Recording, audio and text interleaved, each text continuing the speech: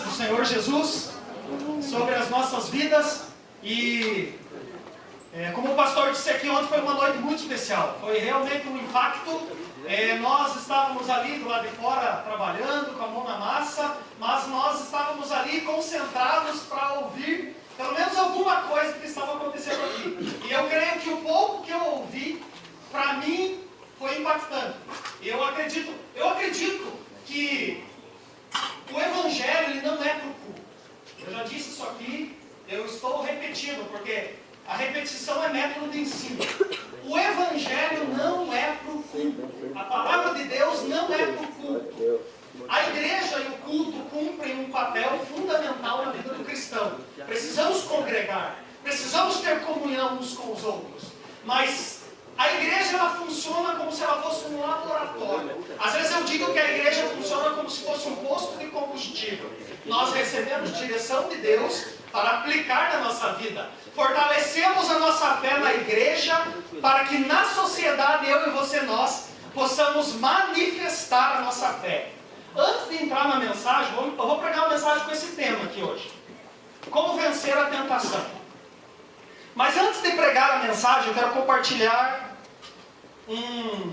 eu vou falar para você alguma coisa que para mim tem um significado muito importante.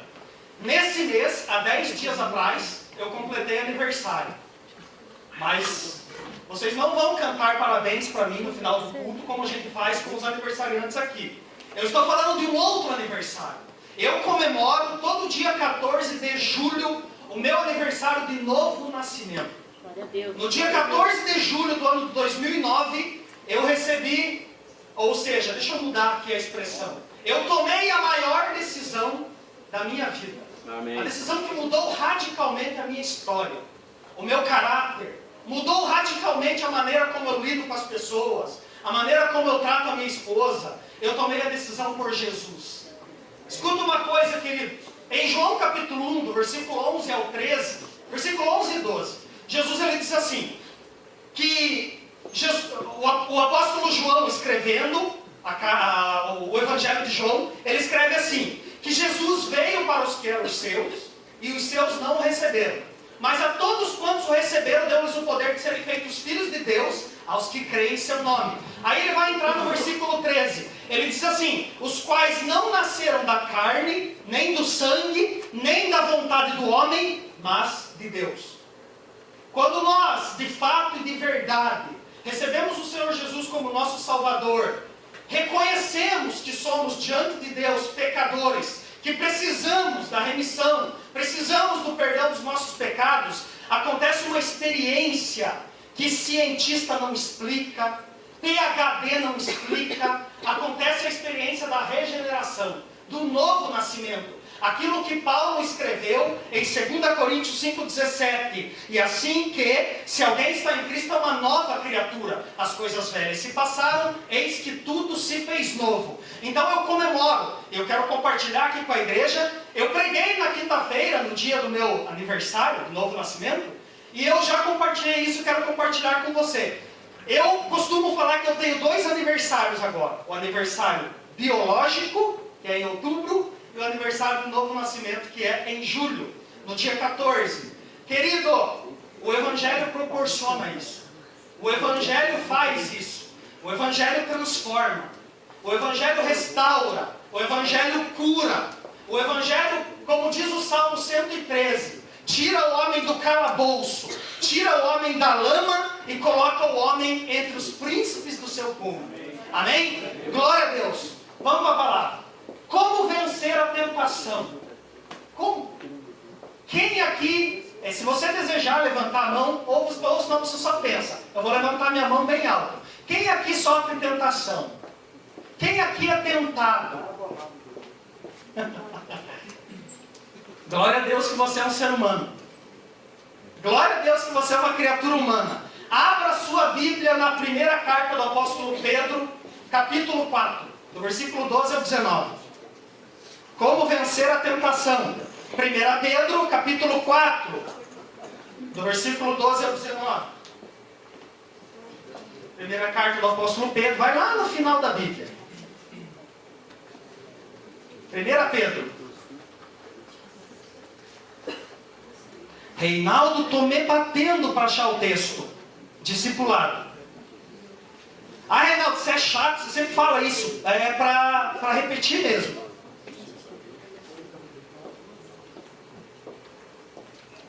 Reinaldo do céu, esses dias o pastor pediu para abrir no livro de Naum. Eu achei que o pastor estava de brincadeira. Porque eu não achei dentro da Bíblia o livro de Naum. Eu gosto de falar porque um dos papéis do discipulado é aprender a manobrar a Bíblia. A manusear bem a Bíblia, você vai ficar craque. 1 Pedro capítulo 4, eu vou ler do versículo 12 ao 19. E para que tenhamos uma leitura uniforme, eu gosto de colocar aqui no slide também. Ah, é verdade, não me atentei para esse detalhe. Ah, sai lá embaixo. Amém, acho que dá para ver lá. Glória a Deus. Diz assim a palavra. 1 Pedro capítulo 4, do 12 ao 19. Olha que palavra interessante. Muito boa. A partir do versículo 12, 1 Pedro capítulo 4. Amados, não estranheis a ardente prova que vem sobre vós, para vos tentar, como se coisa estranha vos acontecesse. Mas alegrai-vos no fato de serdes participantes das aflições de Cristo, para que também, na revelação da sua glória, vos regozijeis e alegreis. Se pelo nome de Cristo sois vituperados. Uma pausa aqui. A palavra vitupério, ela é sinônimo de afronta, desprezo, injúria. Então o apóstolo Pedro está dizendo assim: se pelo nome de Cristo vocês são vituperados, vocês são afrontados, vocês são desprezados, vocês são injuriados, bem-aventurados sois, porque sobre vós repousa o Espírito da glória de Deus. Versículo 15. Que nenhum de vós padeça como homicida, ou ladrão, ou malfeitor, ou como o que se intromete em negócios alheios. Mas se padece como cristão, não se envergonhe. Antes, glorifique a Deus nesta parte, porque já é tempo que comece o julgamento pela casa de Deus. E se primeiro começa por nós, qual será o fim daqueles que são desobedientes ao Evangelho de Deus? E se o justo apenas se salva, onde aparecerá o ímpio e o pecador? Portanto, também os que padecem segundo a vontade de Deus, encomendem-lhe a sua alma, como ao fiel Criador, fazendo o bem. Amém? Glória a Deus. A mensagem tem esse tema: como vencer a tentação. Em primeiro lugar, eu quero trazer aqui uma pequena definição do que é tentação. O que é tentação? Tentação, num sentido simples de entendermos, é mostrar uma disposição de ânimo para a prática de coisas censuráveis ou coisas indecentes. Tentação é mostrar, é ter uma disposição de ânimo para a prática de coisas diferentes ou censuráveis. Em termos, a tentação, ela é um forte desejo para nos induzir ao pecado, à prática do pecado. Um conceito bem simples aqui do que é a tentação. Agora, queridos, algumas características sobre a tentação. Primeiro, a tentação não vem de Deus. A tentação não vem de Deus. Tiago capítulo 1, versículo 13, a Bíblia diz assim: ninguém sendo tentado diga, de Deus sou tentado, porque Deus a ninguém tenta e não pode ser tentado pelo mal. A tentação, ela não vem de Deus. A tentação, ela é produzida no nosso interior, dentro de nós. Segundo, escute isso aqui, olha que coisa interessante. Deus não permite que sejamos tentados além daquilo que podemos suportar. A tentação, ela não vai ser maior do que aquilo que eu e você, que nós podemos suportar. 1 Coríntios 10, 13, a Bíblia diz: não veio sobre vós tentação que não seja humana, mas fiel é Deus, que não permite que vocês sejam tentados acima daquilo que vocês possam suportar. Antes, juntamente com a tentação, também vos dará um escape, para que vocês possam suportar. Então não vem com essa história que foi maior do que você. Não, Reinaldo foi maior do que eu. Eu comecei a olhar para ela assim, sabe? Ela até viu a aliança no meu dedo. Aí eu comecei a olhar, de repente chegou um zap no meu celular. Aí não deu, aí foi maior do que eu. Conversa para boi dormir, eu não sou boi. Não existe tentação maior do que aquilo que nós podemos suportar. E a terceira, tentação não é pecado. A tentação, ela não é pecado, mas ela caminha, ela se constitui, ela é idealizada e ela pode vir a se tornar pecado. Ela pode acabar na consumação do ato do pecado. Por isso que Jesus, em Mateus capítulo 26, versículo 41, Jesus ele nos dá a seguinte ordem. Ele diz assim: vigiai e orai, para que não entreis em tentação, porque na verdade o espírito está pronto, mas a carne é fraca. A tentação, olha, escuta esse texto. Olha o que Tiago vai dizer. Eu já citei o versículo 13. Tiago capítulo 1, do 13 ao 15. Olha que coisa interessante. Como que o pecado, como que a tentação vai se desenvolver na minha e na tua vida, se você não vigiar, se você não for uma pessoa de oração. Olha o que a Bíblia diz, Tiago capítulo 1, do 13 ao 15. A palavra diz assim: ninguém sendo tentado diga, de Deus sou tentado, porque Deus a ninguém tenta e não pode ser tentado pelo mal. Aí o Tiago vai dizer assim: cada um é atraído e seduzido pelos seus próprios desejos. A cobiça sendo concebida dá à luz o pecado, e o pecado sendo consumado gera a morte. Você prestou atenção no processo? Deixa eu dizer uma coisa para você. Tudo parte do nosso processo mental. Tudo. Nem tudo que você faz, nem tudo que você pensa, você faz. Mas tudo que você faz, primeiro você pensou. Eu acho esse texto interessante e profundo.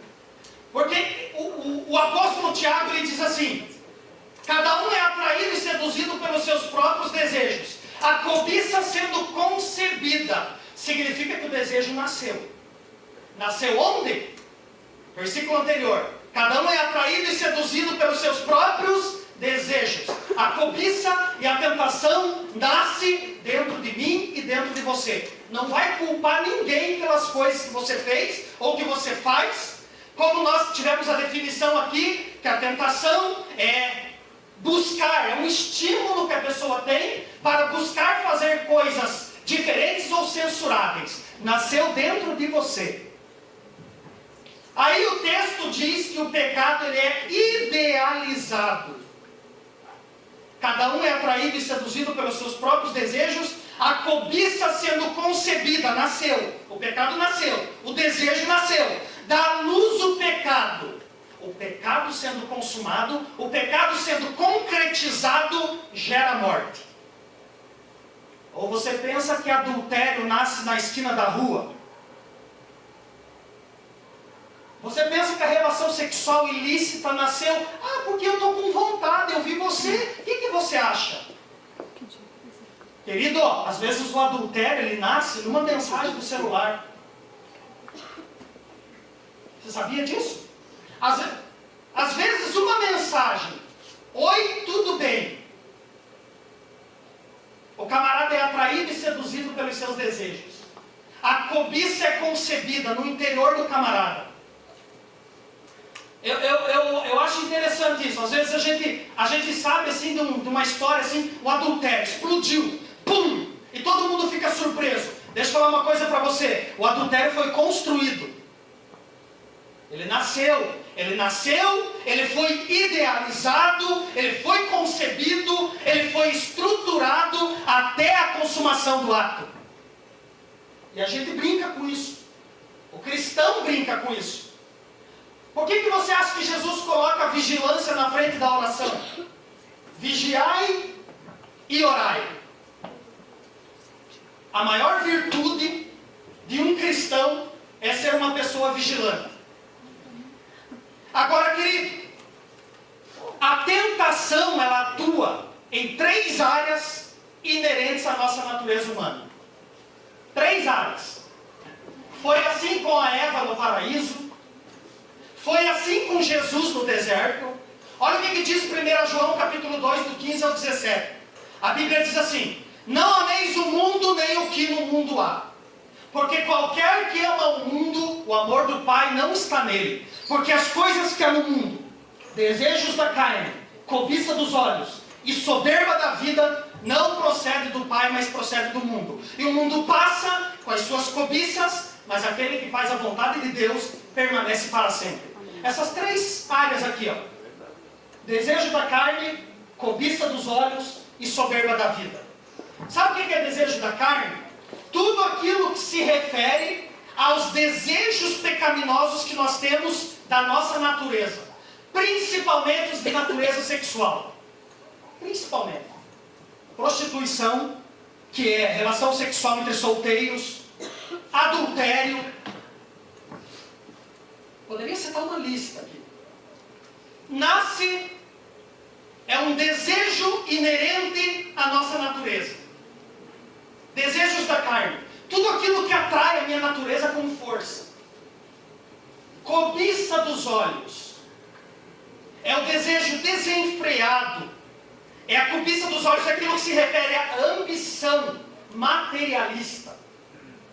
A pessoa só pensa em dinheiro, só pensa em ter. Não está nem, não ser, não está nem aí. Não interessa. Eu quero ter. Ah, para você namorar comigo, você tem que ter um carrão. Cobiça dos olhos. Ah, não tem carro? Não quero você. Eu vou procurar um que tem carro. Ah, mas o cara é homem de Deus. Não interessa, não quero. Ambição materialista. Só pensa no ter em detrimento do ser. Soberba da vida é o orgulho que uma pessoa pode ter da sua posição no mundo. A pessoa soberba é a pessoa que manifesta egolatria. É aquela pessoa que é dona de si mesma. É aquela pessoa que é orgulhosa, prepotente. É aquela pessoa... Tem um termo na teologia que nós chamamos de deidade do homem. O homem querendo se colocar no lugar de Deus. E a soberba não é apenas a pessoa que tem traços de orgulho, não. Soberba é a pessoa que vive e diz: eu não preciso de Deus. Não preciso. É soberba. E Deus se indigna com a manifestação de soberba. Sabe por quê? Quando Deus observa uma criatura, uma pessoa soberba, Deus se lembra do diabo. O pecado que fez com que o diabo fosse destituído da sua glória. Satanás hoje ele tem poder. Ele foi destituído da sua glória. Apocalipse capítulo 12 diz que ele foi expulso do céu. Levou consigo 1/3 das miríades de anjos do céu, que hoje são os demônios. Hoje ele tem algum poder, que ele ainda age debaixo da permissão de Deus, aqui na terra, mas ele foi destituído da sua glória por causa do pecado da soberba. Deixa eu falar uma coisa para você que é bem sério. Deus perdoa qualquer pecado. Isso aqui é teológico que eu vou falar. Deus perdoa qualquer pecado que fira a sua santidade. Deus perdoa. Tem consequências, mas Deus perdoa. Agora, querido, Deus não perdoa pecado contra a autoridade. Portanto, cuidado se você é uma pessoa que fala mal do pastor, se você é uma pessoa que fala mal da mulher do pastor, se você é uma pessoa que fala mal do líder de célula, toma muito cuidado. Porque Deus, Ele tolera e Ele perdoa qualquer natureza de pecado. Contra a sua autoridade, não. Foi por isso que Lúcifer caiu do céu. Por causa do pecado da rebelião. Que 1 Samuel capítulo 15, versículo 23 diz que a rebelião é pior do que pecado de feitiçaria. E feitiçaria, se você lembrar, o apóstolo Paulo classifica as obras da carne em Gálatas 5, a partir do versículo 19, a feitiçaria está classificada como um pecado, como uma obra da carne. Agora, queridos, além de termos uma natureza, eu disse para você que a tentação ela atua em 3 áreas que são inerentes à nossa natureza: desejo da carne, cobiça dos olhos e a soberba. Além de termos uma natureza inclinada para o pecado, ainda travamos uma batalha diária contra um grande adversário. Eu acabei de falar dele aqui para vocês. Eu não acredito. Não fala do diabo, é tão negativo assim. Nossa, não pode falar, tem que falar só de Jesus. Querido, eu aprendi que na guerra você tem que conhecer teu adversário. Além de contarmos com uma natureza frágil, a não ser que, aliás, você pode até achar que você é super-homem. A Bíblia é o manual de conduta, é o manual do Criador. É o nosso manual do Criador. Então Deus conhece eu e você. Deus conhece toda a criatura humana. Embora você ache, você acredite que você é super-homem, deixa eu falar uma coisa que, se você chegou aqui hoje e você não sabia, agora você vai saber. Você e eu, nós, temos uma natureza fragilizada. Se Jesus falou que a minha natureza é fraca, quem sou eu para falar que não? Sou super-homem? Superman evangélico? Não existe isso, querido. Eu e você, nós temos uma natureza fragilizada e nós travamos uma batalha diária contra um grande adversário. Só que a atuação do diabo, ela é delimitada por Deus. Ele tenta nos induzir ao pecado. Ele tenta nos seduzir ao pecado. Mas a decisão, querido, aprenda isso. Deus, Ele nunca fez com que nós não tivéssemos o poder da decisão. A decisão e a opção pelo pecado é nossa. Por isso que em Mateus capítulo 4, do 1 ao 11, Lucas 4, do 1 ao 13, Jesus venceu a batalha. Venceu a tentação no deserto. A mesma estratégia. A mesma estratégia. O diabo chega personificado diante de Eva. Temos o relato em Gênesis capítulo 3. O relato da queda do homem. Gênesis capítulo 3. O diabo chega e o diabo é especialista em fazer isso. Porque aquilo que a palavra de Deus coloca como uma verdade absoluta, o diabo tenta colocar dúvida no teu e no meu coração. Aí ele chega diante dela e diz assim: que foi que Deus falou aí? Aí a Eva diz: olha, Deus, Ele é nosso Pai, Ele é soberano, e Ele determinou que de todas as árvores do jardim a gente pode comer. Mas existe uma árvore que a gente não pode tocar, porque no dia que a gente tocar nessa árvore, certamente nós morreremos. Princípio da autoridade. Deus havia estabelecido para Adão e Eva o princípio da autoridade. Existe um Deus a quem você deve obediência, a quem você tem que obedecer. Aí o que o diabo fez? Ô Eva, certamente que vocês não morrerão. Colocou a dúvida. E hoje, querido, a dúvida é uma doença da fé. Muitas vezes você conhece a palavra. Aí, isso é um negócio interessante. Às vezes a gente conhece uns amigão. Aí vem um amigão, aí você conhece a palavra, você está sendo discipulado. Aí vem os amigão. Porque vem querer torcer a doutrina, torcer o ensinamento da palavra que você tem aprendido na igreja. Aí a pessoa já fica toda cheia de dúvida. Não está firmada na verdade. A mesma coisa a Eva sofreu. Aí o diabo personificado na serpente diz: olha, Deus sabe que no dia que vocês comerem desse fruto, que no dia que vocês experimentarem do fruto dessa árvore, os seus olhos se abrirão e vocês serão semelhantes a Deus. Imagina como que a Eva se sentiu. Se coloca no lugar da Eva agora. O quê? A Eva cobiçou. Primeiro ela sentiu o desejo. O quê? Eu vou ser semelhante a meu pai? Vou ser semelhante a Deus? Eu vou ser semelhante à soberba, o orgulho, a cobiça dominou Eva. Só que assim como Eva sucumbiu ao pecado, à tentação, no deserto, no paraíso, Jesus venceu no deserto. A mesma coisa, o diabo chega diante de Jesus, o diabo teve a percepção que Jesus estava numa necessidade veemente de alimentar o corpo. olha, se tu és o Filho de Deus, transforma a pedra em pão. E Jesus rebatendo com a palavra. Olha, levou Jesus até o alto do pináculo do templo. Olha, agora Jesus vai cobiçar o que eu vou oferecer para ele. Olha, lança-te daqui. E o safado usou a Bíblia, hein? Usou o Salmo 91, versículo 11. Lança-te daqui, porque está escrito que aos teus anjos dará ordem para te suster por onde você caminhar. Jesus, pela segunda vez, segunda bordoada na palavra.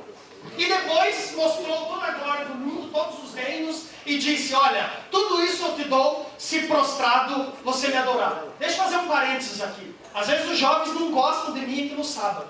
Né? É porque eu falo umas coisas que às vezes a verdade dói. Às vezes a verdade dói. Querido, eu não me impressiono com um jogador de futebol, artista famoso, cheio da grana, rico, gente famosa. Eu não me impressiono.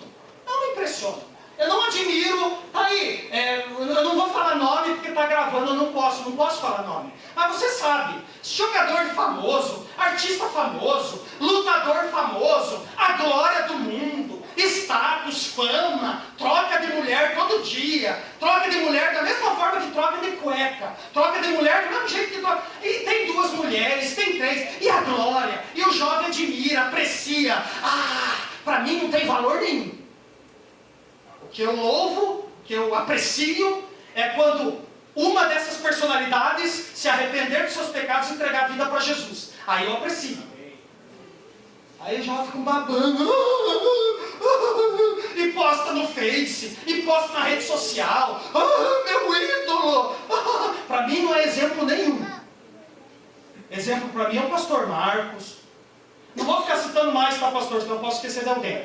Exemplo para mim são grandes homens de Deus, que fazem a história, que mudam vidas, que transformam gerações, que mudam a mentalidade, que não se conformam, como diz Romanos 12:2, não vos conformeis com este mundo, mas transformai-vos pela renovação do vosso entendimento, para que experimenteis qual seja boa, agradável e perfeita a vontade de Deus. Aí eu admiro, aí eu estou junto. Glória a Deus. Então, queridos, nós contamos com essa luta. Nós temos um grande adversário. Esse adversário, embora seja invisível, ele é real. A Bíblia diz em 2 Coríntios 4:4 que o diabo cega o entendimento dos incrédulos, para que não nos resplandeça a luz da glória do Evangelho de Cristo, que é a imagem de Deus. Lembra que eu disse para você que tudo que nós fazemos primeiro nós pensamos? Deixa eu falar uma coisa para você. A batalha espiritual é travada na mente. Para vencer a tentação, eu tenho que proteger a minha mente. Porque a batalha espiritual é travada na mente. Eu provo para você na Bíblia. O texto que eu citei, 2 Coríntios 4:4, a Bíblia diz que o diabo cega o quê? O entendimento dos incrédulos. Hebreus 11:3, pela fé entendemos que os mundos, pela palavra de Deus, foram criados, de modo que aquilo que se vê não foi feito do que é aparente. Pela fé, entendemos. Mente. Aí eu pergunto para você, você tem protegido a tua mente? Eu já disse aqui, eu vou repetir. Tudo que você aprende, tudo que você vê e tudo que você ouve, determina sobre o que você pensa, sente e tem vontade. Música imoral. Música mundana, filme imoral, filme mundano, lê tudo quanto é tipo de coisa na internet, mas não tem um minuto do dia para ler a palavra. Você quer aprender o quê? Deixa eu falar uma coisa muito séria para vocês. Eu disse aqui que o que a gente aprende, vê e ouve determina sobre o que sentimos, sobre o que pensamos, sobre o que temos vontade. Aquilo que você se alimenta vai determinar todo o curso da sua história. Todo o curso. Todo o curso. Aquilo que você se alimenta de podridão, vai ter podridão. Você edifica, você aprende, você examina a Escritura, examina a palavra, isso aqui vai reger a tua vida. Querido, isso aqui é científico que eu vou falar para você agora. A ciência já comprova que quando eu e você, quando nós precisamos tomar uma decisão importante na nossa vida, a nossa mente se remete aos...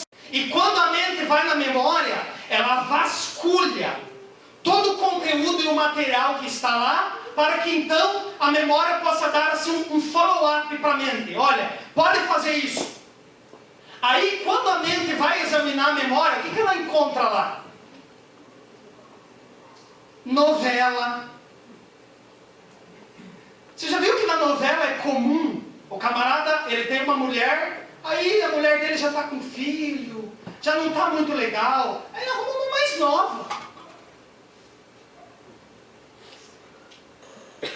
Uma apologia à homossexualidade, a gente está vendo hoje. É uma apologia à lei de Gerson. O que importa é eu ter vantagem em tudo. Que se dane o meu próximo. É tudo isso. Eu sempre falo isso com os jovens, e que estou falando hoje aqui. A gente chega num culto, participa de um culto, ouve a palavra. Ontem à noite, por exemplo, uma palavra extremamente profunda, confrontadora. Aí quando a gente chega em casa, ligamos a televisão na novela. Aí o diabo diz assim, pronto, você já ouviu lá na igreja? Agora deixa eu começar a ministrar aqui. Aí o que acontece? A memória está lotada de podridão. Aí quando tem que tomar uma decisão importante, vai tomar baseado em podridão. Ah, irmãzinha, você está com crise? Você está com crise no teu casamento? Para de perder tempo com esse homem. O mundo está cheio de homem, arruma outro. Dá o pé na bunda desse cara, perdendo a expressão, tá? Porque é assim que elas falam. Você está vendo a diferença? Agora procura uma mulher espiritual, procura uma mulher de Deus, uma mulher que coloca o joelho no chão, uma mulher que medita na palavra. Irmã, eu estou com crise no casamento. O casamento, ó, ruína, vai ser destruído. E eu também não estou querendo mais, eu não aguento mais. Irmã, se fortalece com Deus, ora pelo seu marido, faz a tua parte, sabe, dá testemunho para ele, dá bom testemunho. Deus pode restaurar, Deus pode mudar a tua história, Jesus pode mudar a vida de vocês. Convida teu marido para vir na igreja. Está vendo a diferença de quem é cheio de Deus e de quem está cheio de mundo? Agora, querido, eu quero falar para você alguns passos que devemos dar para sairmos vitoriosos das tentações. Alguns passos. Quais são os passos que eu e você, que nós devemos dar para sairmos vitoriosos das tentações? O primeiro que eu coloquei aqui: não confie em sua própria força. Não confie em sua própria força. Tem um versículo na Bíblia que eu já vi tanta gente torcer esse versículo. Eu vou falar para vocês, vocês vão entender. Jeremias 17:5. A Bíblia diz assim, eu vou citar só a primeira parte, que é a parte que o povo torce. Maldito é o homem que confia no homem. Já vi muita gente torcer esse texto. Sabe por quê? Porque não leu o versículo inteiro. Olha o que o texto diz. Jeremias 17:5. Maldito é o homem que confia no homem, e tem na sua carne o seu braço, e aparta o seu coração do Senhor. Você viu a diferença? Aí por que eu estou falando para vocês que eu já vi muita gente torcer esse versículo? Eu estou falando de gente que já falou comigo. A pessoa não participa mais de culto, sabe por quê? Ela não participa porque ela não confia em homem ministrando a palavra. Maldito é o homem que confia. Eu já vi, pessoa no meu ambiente de trabalho já disse isso para mim. Olha, eu não vou mais na igreja porque maldito o homem que confia no homem. Outra coisa, querido, eu tenho amigos. Eu tenho pessoas que eu posso confiar. Eu tenho pessoas que eu posso ligar de madrugada se eu precisar. Eu tenho amigos em quem eu confio.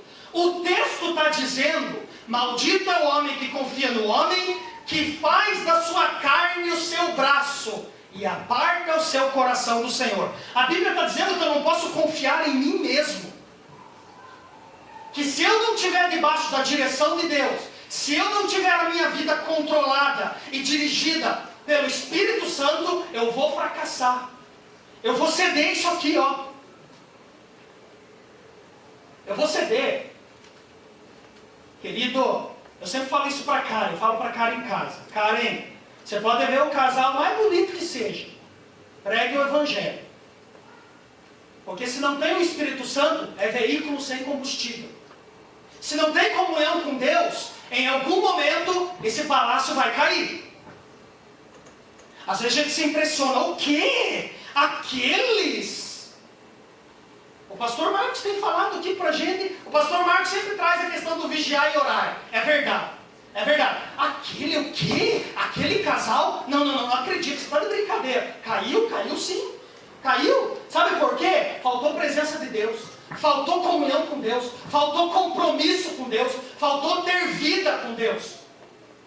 Ah, mas nossa, eles eram tão bonitos, eles eram tão bem sucedidos. Querido, eu vivo nesse meio, tá?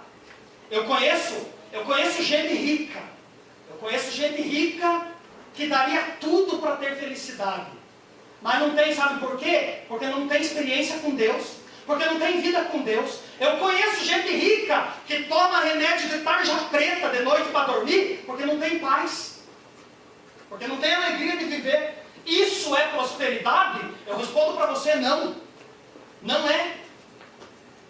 Vida destruída. Não vive bem com a mulher. Não vive bem com o marido. Não vive bem com os filhos. Sabe por quê? Falta a presença de Deus. Falta ter a vida controlada e dirigida pelo Espírito Santo. A segunda parte de Jeremias 17:5. Faz da sua carne o seu braço e aparta o seu coração do Senhor. É interessante. As pessoas às vezes... Querido, o apóstolo Paulo, Gálatas 5, quando ele faz a classificação das obras da carne, ele fala sobre uma obra da carne que ele chama de heresia. Sabe o que é heresia? Heresia é torcer o teor teológico da palavra de Deus. É igual outro dia. Eu estava conversando com um colega de trabalho. Aí ele disse assim para mim: Reinaldo, mas agora a gente estava falando sobre a justiça de Deus. O Deus que ama, guarda isso, querido. O Deus que ama é o mesmo Deus que um dia vai colocar o pecador no inferno.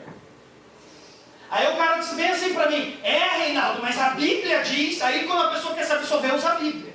A Bíblia diz que nenhuma condenação há para os que estão em Cristo Jesus. Excelente.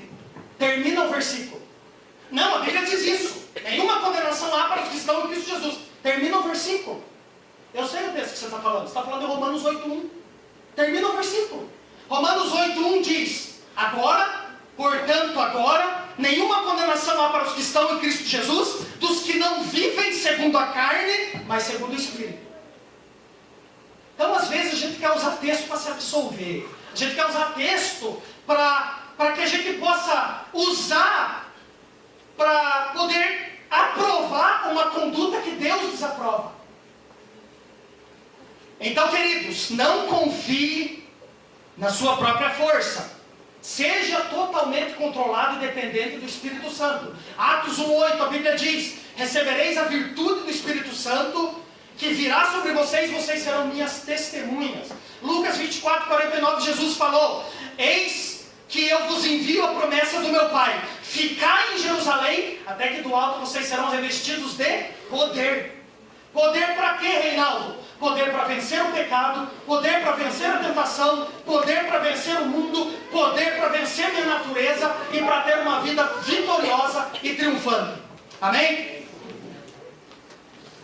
Queridos, não tem fórmula mágica. Eu e você, nós, para que possamos vencer a tentação, precisamos nos esvaziar. Precisamos deixar toda aquela escala de valores que você aprendeu.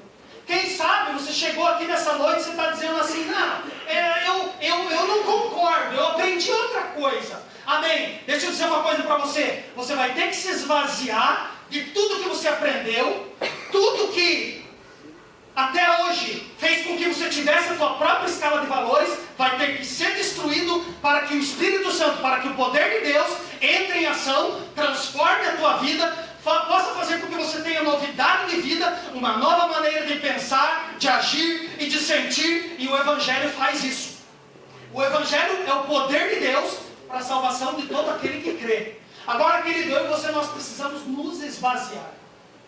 Olha o que Paulo diz em 2 Coríntios, capítulo 5, versículos 14 e 15. Ele diz assim: o amor de Cristo nos constrange. Julgando nós assim, se um morreu por todos, logo todos morreram. E ele morreu por todos para que os que vivem não vivam mais para si, mas para aquele que por eles morreu e ressuscitou. Eu pergunto e você responde para você: de quem é a tua vida? Só que uma coisa interessante: Jesus é Senhor, amém? Amém. Jesus é Senhor. Sabe o que significa Jesus ser Senhor da nossa vida? Se Jesus é Senhor da minha vida, significa que eu sou escravo. Escravo não tem vontade própria. A vontade que deve dirigir a minha vida deve ser a vontade dele. Ou você recebe essa palavra e você vai vencer a tentação. Ou você descarta essa palavra e a tentação vai vencer você. Amém? Segundo, corra da tentação. Corra da tentação. Mateus 26, 41, que Jesus disse, eu já falei aqui: vigiai e orai, para que você não entre na tentação. A verdade é que o teu espírito está pronto, você conhece a palavra. Jesus está falando assim: queridão e queridona, você conhece a palavra. Outro dia, eu estava pregando aqui, eu me lembro que eu disse isso, a última mensagem que eu preguei sobre salvação e condenação. Aí quando a gente fala da pessoa que se afasta do Evangelho, às vezes você encontra uma pessoa que se afastou do Evangelho, e você vai pregar a palavra, ela sabe tudo o que você está falando. Sabe tudo. Sabe até mais. Um dia eu fui evangelizar um mendigo no centro da cidade. Aí já contei essa história aqui. Aí o mendigo, eu paguei uma marmita para ele. Aí eu pensei: boa, agora comprei a marmita, agora vai ser meu acesso. Ele vai ser cordial comigo, eu vou entrar com o Evangelho. Queridos, essa história é verídica. Um dia que eu fui buscar carne na faculdade, o cara estudava ainda, estava se formando no administrador. Aí tá, quando eu cheguei, Paulo, eu nunca esqueci do nome daquele homem. Quando eu cheguei e disse: Paulo, ele começou a comer na minha frente, e eu fiquei ali um pouquinho com ele, falei: Paulo, você já conhece Jesus? Alguém já falou de Jesus para você? Aquele homem abriu a boca para falar. Querido, sinceramente, eu quase aceitei Jesus com ele de novo naquele momento. Sem brincadeira. E o cara começou porque Isaías diz, Jeremias. E eu falei: ô Paulo, o que você está fazendo aqui, cara? Ele falou: olha, Reinaldo, eu sou formado em teologia, eu fui pós-graduado em escatologia. Escatologia é ciência da Bíblia que estuda a consumação dos tempos, final dos tempos. E ele começou a falar: e cara, em algum momento da minha vida, minha esposa me traiu, eu me entreguei às bebidas e hoje eu estou aqui.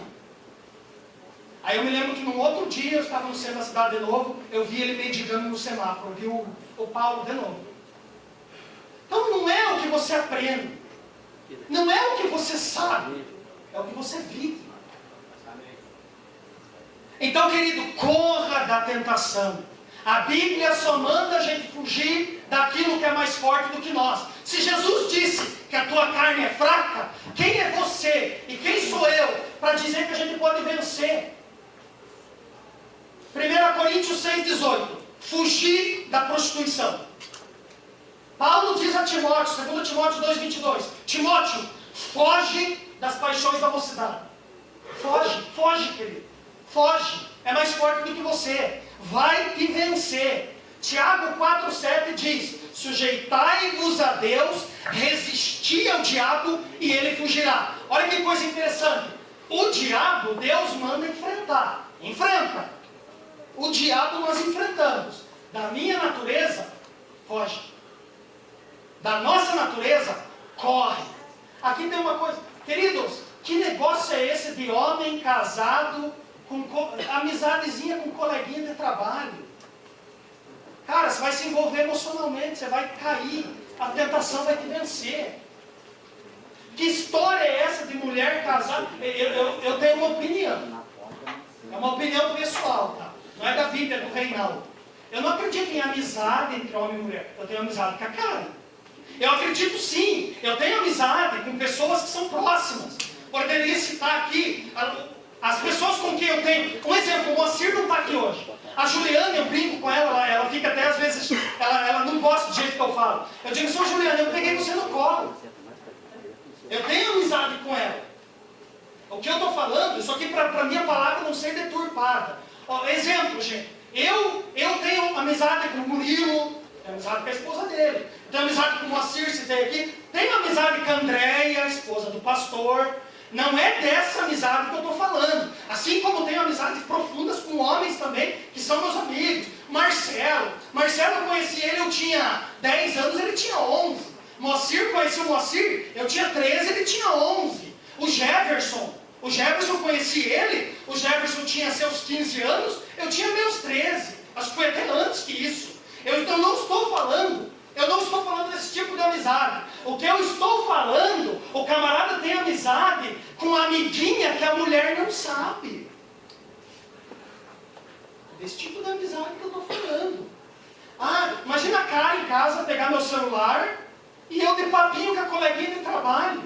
Ô bonitão, comeu o pão com mortadela que estava gostoso no refeitório? Ah, sim, você também achou gostoso? Vai ver se eu estou na esquina. Outro dia, eu mostrei para a Karen na hora. Chegou uma mensagem para mim. Era de noite. Desculpa te incomodar essa hora da noite. Mas, me diga uma coisa. Você é o Lezinho? Lezinho é meu apelido de infância. A Karen, aqui, ó. O que eu faço com esse negócio? Tira, exclui aí da hora. Nem tem moral. Eu não tenho amiguinho.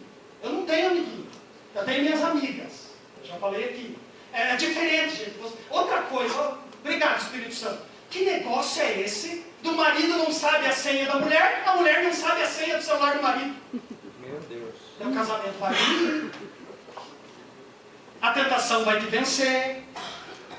Será que existe, Pastor Marcos, será que existe cristãos, casais cristãos, cujo marido não sabe a senha da mulher, a mulher não sabe a senha do marido?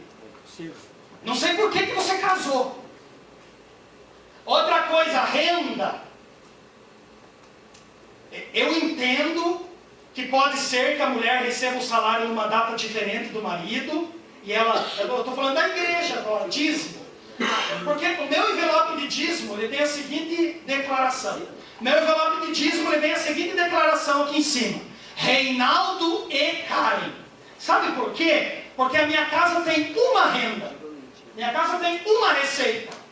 Aí eu entendo que existem mulheres que recebem antes do marido ou vice-versa, mas eu queria entender uma coisa. Como que existe receita dividida dentro do lar?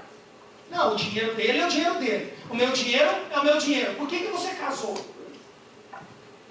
Você foi para viver como solteiro, não sei por que casou.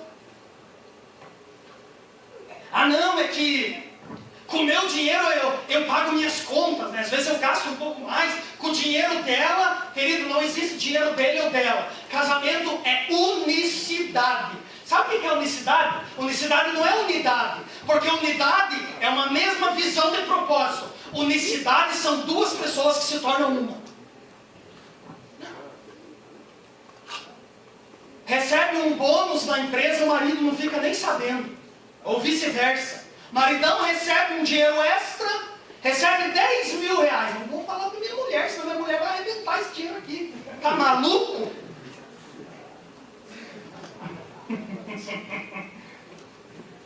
Querido, terceiro e último.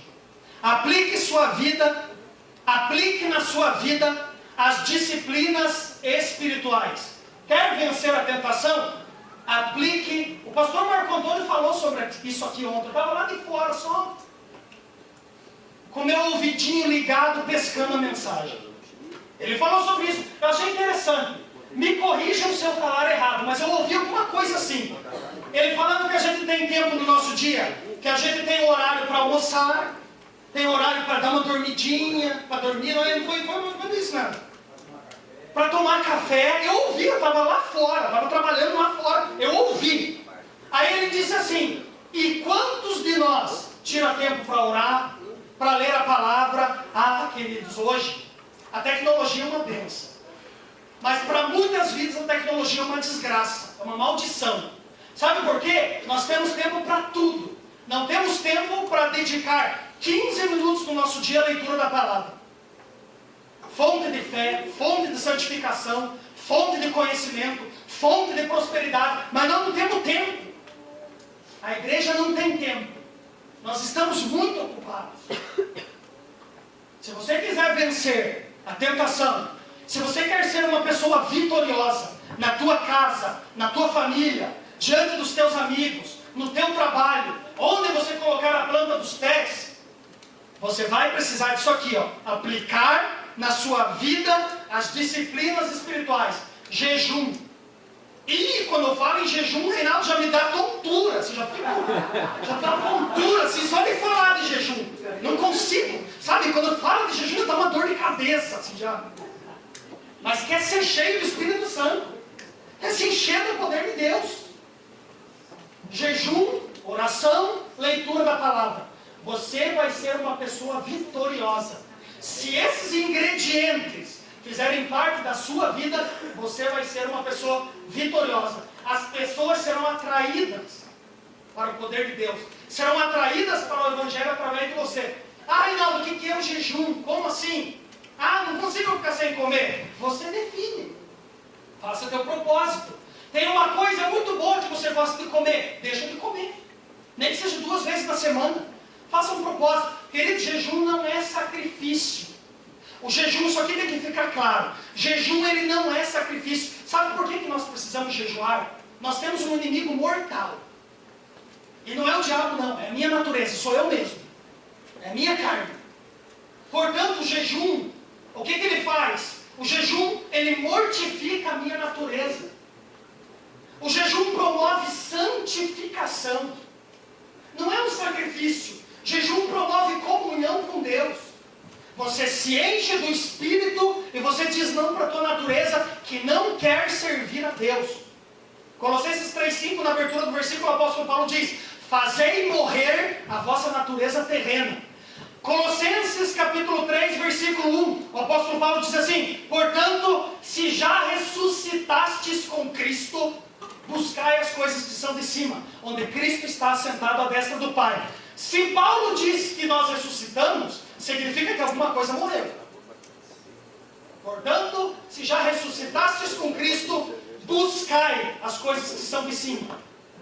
Versículo 2: pensai nas coisas que são de cima e não nas que são da terra. Faça morrer tua natureza. Oração. Sabe por que nós não oramos? Porque nós não cremos na oração. Porque, queridos, se nós soubéssemos o valor da oração, se nós soubéssemos o valor que tem uma mãe de joelho no chão, um pai de joelho no chão, um líder com o joelho no chão, um membro, uma ovelha com o joelho no chão, nós daríamos mais valor e maior importância para a oração. Nós não oramos, porque nós não temos. Primeiro porque nós não temos tempo, depois porque nós não cremos. Filipenses capítulo 4, versículos 6 e 7. Não andeis, ou seja, não estejais ansiosos por coisa alguma. Antes, em tudo, as vossas petições sejam conhecidas diante do Senhor, através da oração, com súplicas e com ações de graças. E a paz de Deus, que excede todo entendimento, guardará os vossos pensamentos em Cristo Jesus. Jesus falou em João 15, 7. Se vocês estiverem em mim e as minhas palavras estiverem em vocês, vocês pedirão tudo o que vocês quiserem e vos será feito. Ah, meu marido não se converte. Você está orando por ele? A minha mulher é terrível. Aquela não tem jeito. Você está dobrando o joelho e orando por ela? A minha célula... Ah, pastor, estou desanimado. Não vai para frente, não. E teu joelho pela tua célula, como que está? A minha família, eu não acredito mais. Mas não ora. Querido, deixa eu dizer uma coisa para você. A oração, ela age naquilo que nós não conseguimos agir. Quando o povo de Israel está na travessia do deserto, Êxodo capítulo 14, o Moisés começa a reclamar. Deus, o exército egípcio está vindo aí, o faraó. Ó, estou vendo o faraó de longe aqui. Aí Deus diz: ô Moisés, marcha, marcha. Manda o povo marchar. Para de orar, Moisés. Porque nós oramos quando não é para orar e nós agimos. Aliás, nós oramos quando é para agir e nós agimos quando é para orar. Aí Deus diz: Moisés, manda o povo marchar. Marcha. Vamos em frente. Vamos em frente. Sabe o que eu aprendo? Marchar, a atitude é comigo. Impossível é com Deus. Deus mandou o povo marchar e abriu o mar vermelho. Moisés não tinha condição de abrir o mar. Deus abriu. Aí é da ação e da soberania de Deus. Mas aquilo que nós podemos fazer é comigo e com você. Ah, mas o meu irmão, o meu familiar, às vezes parece que ele entra no diabo. Tão terrível que é. Terrível. Isso cabe à soberania de Deus. A nós cabe orar. Deus faz o impossível. O possível é comigo, o impossível é com Deus. E em último lugar, meditar na palavra. Meditar na palavra. Dedique tempo, querido. Dedica 20 minutos do teu dia para a leitura da palavra. A palavra de Deus que é fonte de fé, fonte de santificação, fonte de prosperidade, fonte de sabedoria. João 17:17, Jesus falou: Pai, santifica-os na verdade, a tua palavra é a verdade. Salmo 119, versículo 105. Lâmpada para os meus pés é a tua palavra e luz para os meus caminhos. Salmo 119, do versículo 9 ao 11. Como purificará o jovem o seu caminho? Observando conforme a tua palavra. De todo o meu coração te busquei. Não me deixes desviar dos teus mandamentos. Escondi a tua palavra no meu coração para eu não pecar contra ti. Salmo 119, versículos 116 e 117. Senhor, sustenta-me conforme a tua palavra, para que eu viva, e não me deixes envergonhado na minha esperança. Sustenta-me e serei salvo, e de contínuo me alegrarei nos teus estatutos. Hebreus 4:12 diz: a palavra de Deus é viva, eficaz, mais penetrante do que qualquer espada de 2 gumes, penetra até a divisão da alma e do espírito, das juntas e medulas, é apta para discernir os pensamentos e as intenções do coração. Olha o que Deus falou para Josué. Josué capítulo 1, versículo 8. Olha, Josué, não se aparte da tua boca o livro desta lei, antes medita nele de dia e de noite, para que tenhas o cuidado de fazer conforme tudo quanto nele está escrito, porque então farás prosperar o teu caminho e então prudentemente te conduzirás. Amém.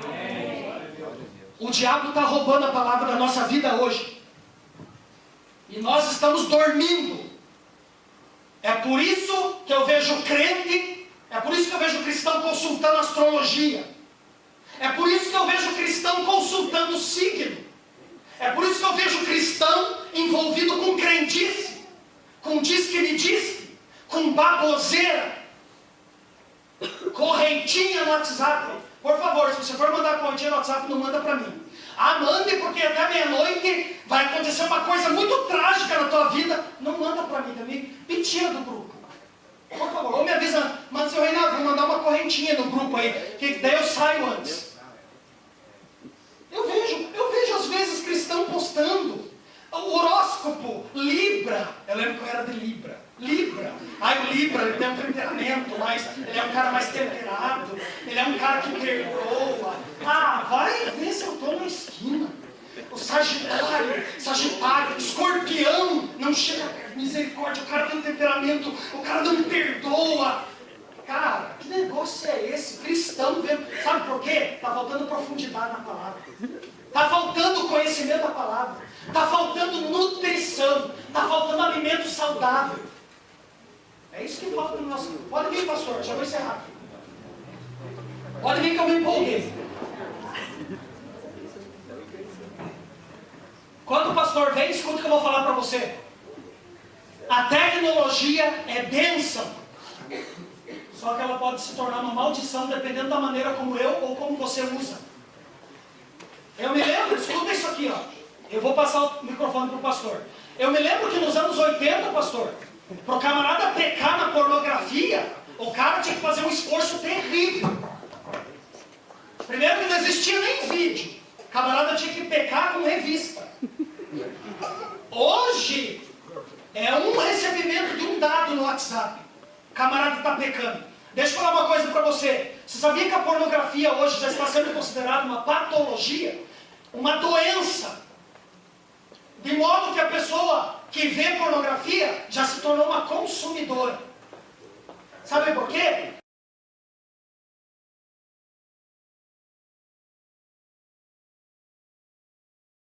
Dependendo da forma como você usa. E eu já disse aqui, eu vou repetir, eu termino a palavra aqui. O diabo está roubando, na cara dura, a comunhão com Deus, a minha comunhão e a tua comunhão, e a gente está dormindo na igreja.